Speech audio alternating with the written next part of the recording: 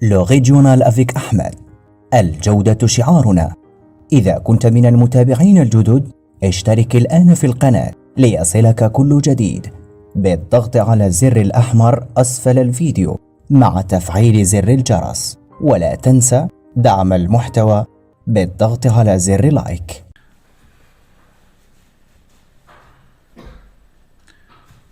Bonsoir chers élèves, j'espère que vous allez très bien. Si vous êtes nouveau ici, vous êtes sur la playlist Tronc commun dans la chaîne Le Régional avec Ahmed, la chaîne qui vous aidera à aplanir toutes les difficultés, Inch'Allah. Donc la séance dernière, on a lu un texte narratif.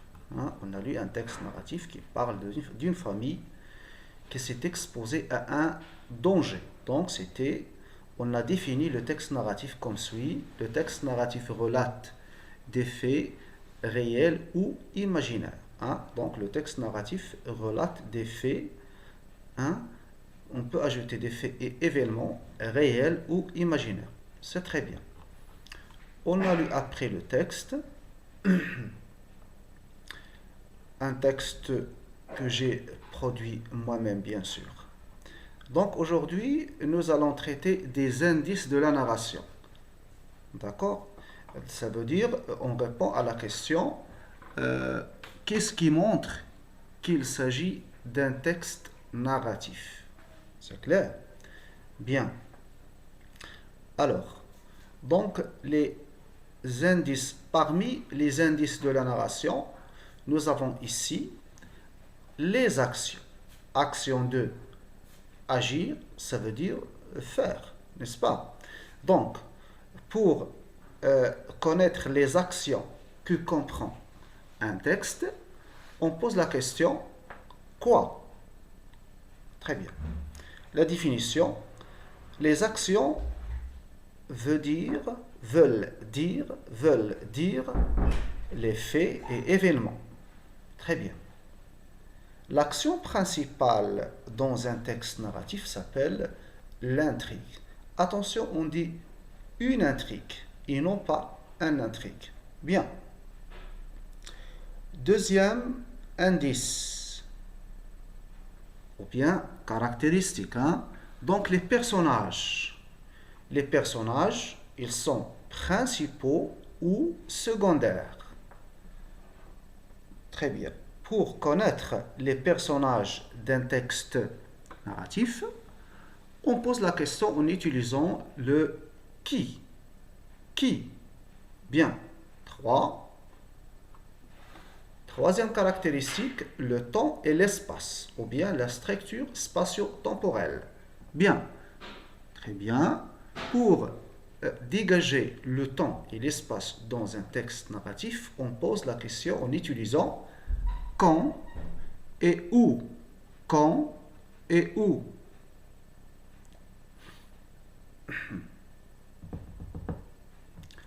Très bien. 4. Le narrateur. Le narrateur, c'est lui qui narre l'histoire. C'est lui qui raconte l'histoire. Le narrateur est deux types, au moins selon vous. On parle de deux types. À votre niveau, on parle de deux types de narrateurs. Bien, il est intradiégétique ou extradiégétique. Attendez un peu. Il est intradiégétique ou bien extradiégétique. D'accord. Cinquième indice, les temps de la narration. Les temps de la narration. Les temps de narration, parmi ces temps, je cite, le passé simple, le temps de l'inaccompli, les actions courtes, l'imparfait, le passé simple, le temps de l'accompli, les actions courtes, l'imparfait, le temps de l'inaccompli, les actions longues. Bien, le plus que parfait, On peut ajouter le conditionnel passé, conditionnel présent, et pourquoi pas le passé, le présent de narration. Le présent de narration. Très bien. Sixièmement, la focalisation. La focalisation, pour relever la focalisation qui domine dans un passage, dans un texte, on répond à deux questions. Qui voit, que voit-il? Qui voit, que voit-il? On va consacrer, Inch'Allah, toute une vidéo pour parler de la focalisation. On va lui consacrer toute une séance, Inch'Allah. D'accord? Passons au schéma narratif. Le schéma narratif, c'est... Voilà, donc le schéma narratif, c'est une structure qui régule le texte narratif. On va en parler lors de la prochaine vidéo, Inch'Allah. La prochaine vidéo, Inch'Allah. D'accord? Bien.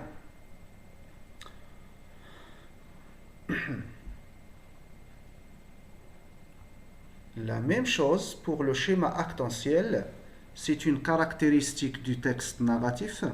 On va en parler dans une vidéo, je ne sais pas, est-ce que c'est là dans 20 jours ou bien un mois, je ne sais pas quoi. Donc, mais sûrement, on va en parler, Inch'Allah. D'accord? Très bien. Le schéma actentiel se compose de 16 unités. 6 facteurs. Ils sont au nombre de 6. On va en parler en détail, Inch'Allah. Maintenant, nous passons au deuxième élément pour aujourd'hui, les techniques de la narration. Les techniques de la narration. Ça veut dire comment on répond à la question comment raconter, comment narrer, comment conter. Donc, on a des techniques. Le narrateur use de beaucoup de techniques pour raconter. D'accord? Alors,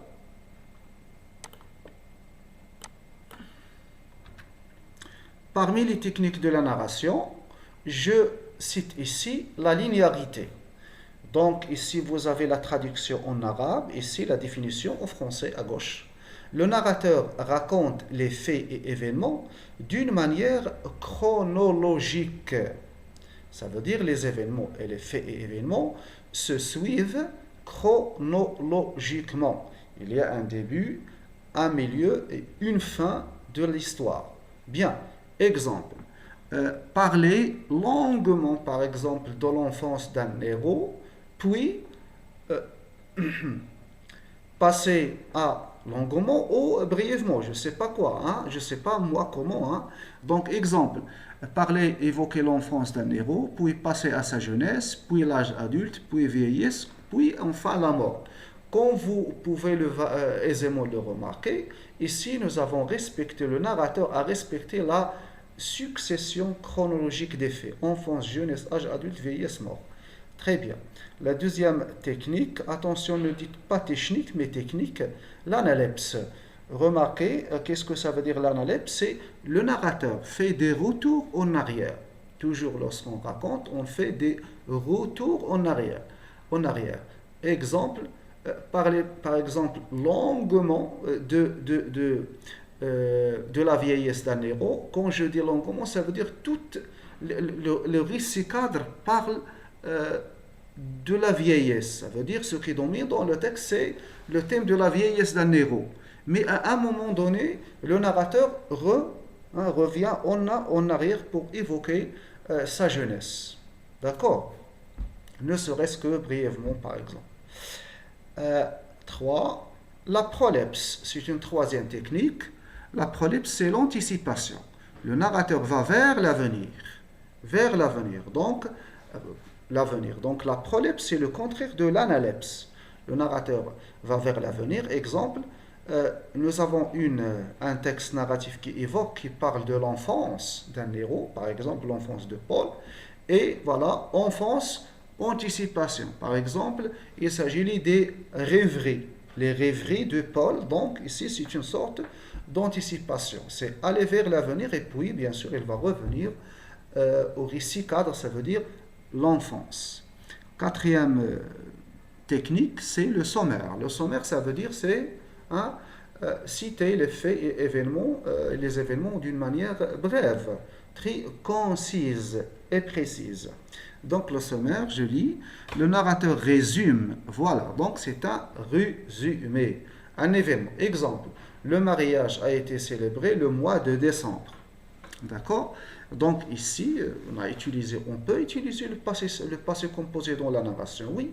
Attention, le passé composé, c'est un temps un peu particulier. On l'utilise dans le discours et dans le récit, c'est clair? Alors, le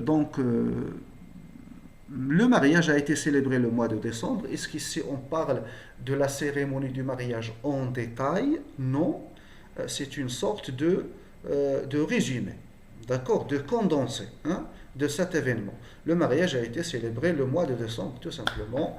On a évoqué la date de la célébration sans donner les détails. Par exemple, sans répondre au comment, par exemple. Cinquième technique, l'ellipse narrative. Qu'est-ce que ça veut dire l'ellipse narrative? C'est le fait de sauter sur des événements. L'ellipse narrative, le narrateur supprime quelques faits, c'est la suppression. C'est la suppression. Exemple, parler de la visite d'une ville sans évoquer le voyage qui y mène. Ça, c'est une ellipse narrative. On parle de la ville, de ses quartiers, d'accord, de ses monuments historiques, mais on ne parle pas du voyage. Le voyage, vous savez bien qu'avant de se déplacer, pour se déplacer vers une ville, on doit d'abord on doit voyager. Déjà, nous avons le verbe se déplacer, ça veut dire voyager, n'est-ce pas? Mais dans l'histoire, on ne parle pas du voyage. Ça, c'est l'ellipse narrative. Une autre technique, la scène. Qu'est-ce que ça veut dire la scène? C'est, à droite, lisez en arabe. La scène, le narrateur raconte en détail un événement. Le narrateur raconte en détail un événement. Par exemple, relater en détail une cérémonie de mariage, parler en détail d'une cérémonie de baptême, ainsi de suite. Parler en détail d'une amitié, d'un amour, de la mort, je ne sais pas quoi. Donc, cette septième technique, l'enchâssement. L'enchâssement, c'est, regardez à droite, je lis à gauche maintenant. Le narrateur introduit dans le récit cadre des récits. Des récits, d'accord, normalement, des récits. C'est pas grave, on va laisser un récit ou bien des récits. D'accord? Des récits enchâssés. J'enlève les parenthèses. Les parenthèses. D'accord? Exemple, intégrer, introduire dans l'histoire cadre, l'histoire d'un jeune berger, intégrer l'histoire d'un jeune berger dans l'histoire d'un prince. Donc l'histoire du prince, c'est le récit cadre, le récit enchâssant, le grand récit. Et dans ce grand récit, il y a de petites histoires. Ce sont des histoires enchâssées. D'accord? Très bien. Donc ici, je ne fais pas une traduction littérale. Hein? D'accord? Faites attention. Voilà, c'est fini pour les techniques de la narration. Prochainement, Inch'Allah, la vidéo prochaine, nous allons traiter du schéma narratif. Donc, nous venons de le voir, parmi les techniques de la narration, parmi les caractéristiques du schéma narratif, le fait qu'il est sous-tendu par un schéma narratif. Il est régulé par un schéma narratif. Donc, on va parler de ce fameux schéma narratif la séance prochaine, Inch'Allah. Donc, mes amis, au revoir. Je vous laisse.